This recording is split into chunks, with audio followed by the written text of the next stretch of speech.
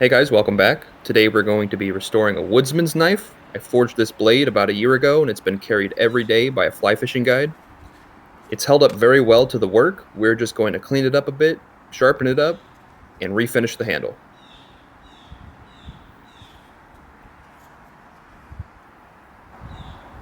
The high carbon steel blade has developed a really nice patina, but there are some deep scratches in there and some dings in the handle, so we're going to get that all sorted out and ready for the next season.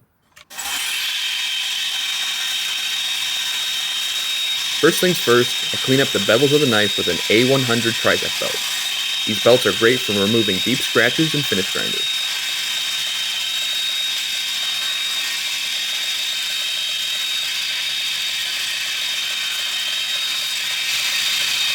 Here I'm going on the far side of the blade with the Trizec belt, removing the deep scratches.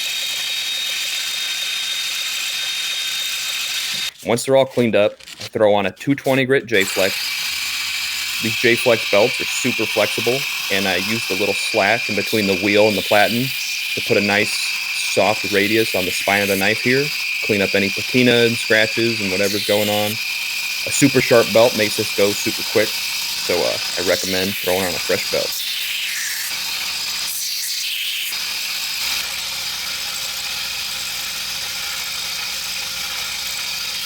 Same thing here. I'm using the J-Flex belt and the slack in between the wheel and the platen to get a nice contour on the butt. And then I do the same thing on the belly of the knife.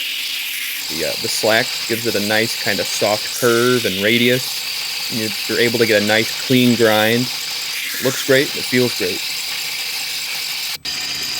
Now it's time to get a final polish on this knife. I'm going to use a blue Scotch-Brite belt. Scotch-Brite belts are freaking awesome for getting finishes on tools and stuff. First I rough it up with a wire welding brush, and then I hit both sides of the knife.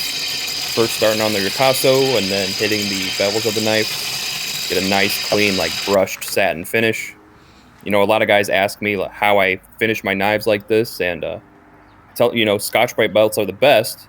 You just kind of have to remember that you need a really nice clean grind before you move on to Scotch-Brite. You can't Scotch-Brite a shitty grind and expect it to look nice. Although some people do that. Anyway, time to work on the handle.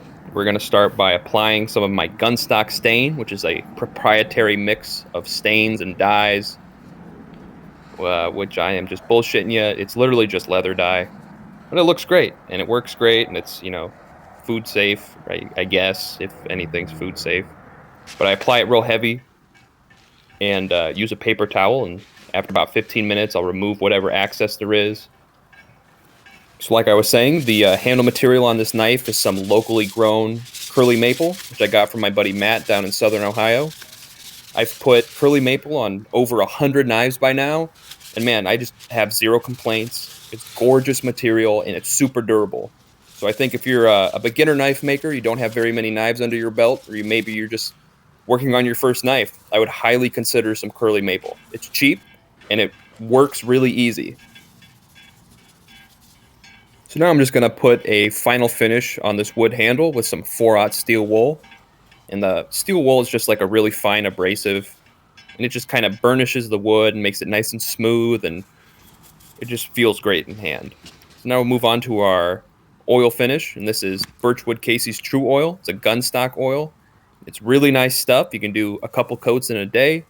It sets up super quick, and it leaves a really nice finish. So here I kind of go a little heavy-handed, but you want to rub the oil in with your finger and make sure, the whole handle can soak in the oil and get a nice even coat.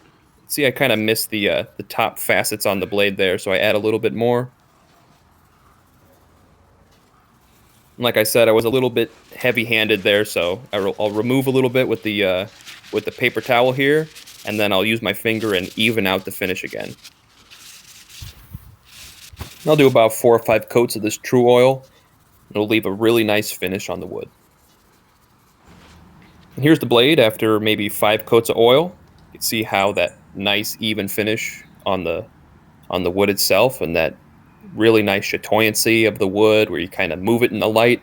Looks great. And last but not least, we need to put a final edge on this knife. And to do so, I'll use the same 220 grit J-Flex belt we were using before. Now I just clean up my secondary bevel on the little slack in between the wheel and the platen. Here I'm just doing each side, kind of checking for the burr to develop. And once it does, I take it over to my leather strop.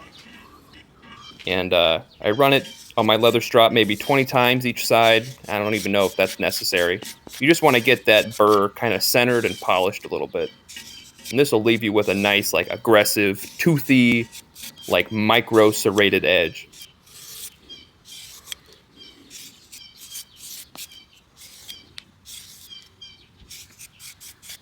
And of course, no knife making YouTube video is complete without some schmuck shaving his arm. Yeah, it's sharp, go fuck yourself. And the blade's done, but just to finish it off, I'm going to give the whole thing a coat in 3-in-1 oil. This will protect the blade from rusting while it's in the sheath during shipping and all that fun stuff. And if you have one of my knives or any other kind of high carbon steel, the 3-in-1 oil is what I recommend for just normal upkeep. So it's food safe and it smells good and it tastes good. And I'm just kidding, don't fucking eat it. It's just mineral oil. And there's the final sheath. It's kind of a new design I'm working on.